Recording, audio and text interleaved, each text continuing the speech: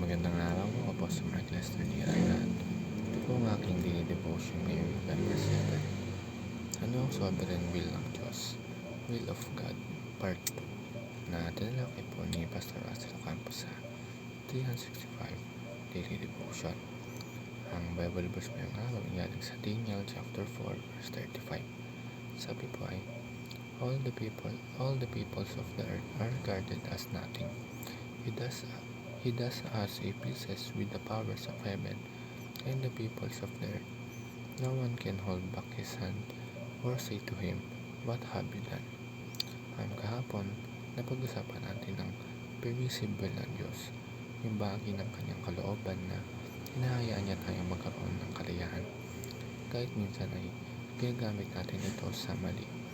Pero kahit doon, nakikita pa rin natin na kaya pa rin niyang gamitin ang pagkakamali para sa kanyang mas dakilang layunin.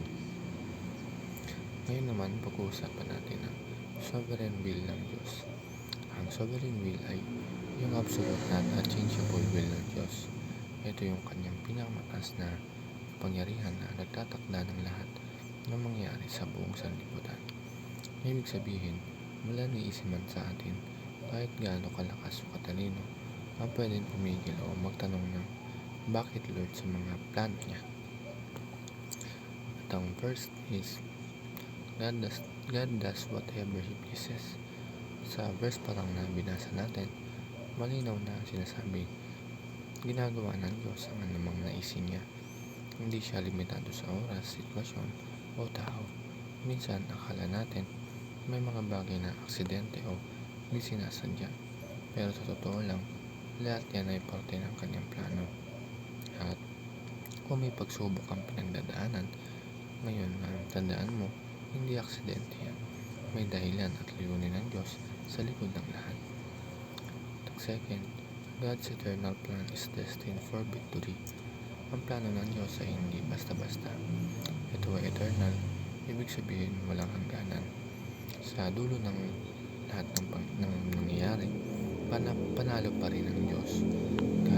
Kaya kahit ngayon ay parang lugmok tayo o may mga bagay na hindi natin maintindihan, we can rest assured na sa dulo magwawagi ang kabutihan, katotohanan at kalooban ng Diyos. Tulad nga ng sabi sa Romans chapter 8 verse 28, all things work together for good to those who love God. At ang last, God's sovereign will cannot be thwarted or questioned.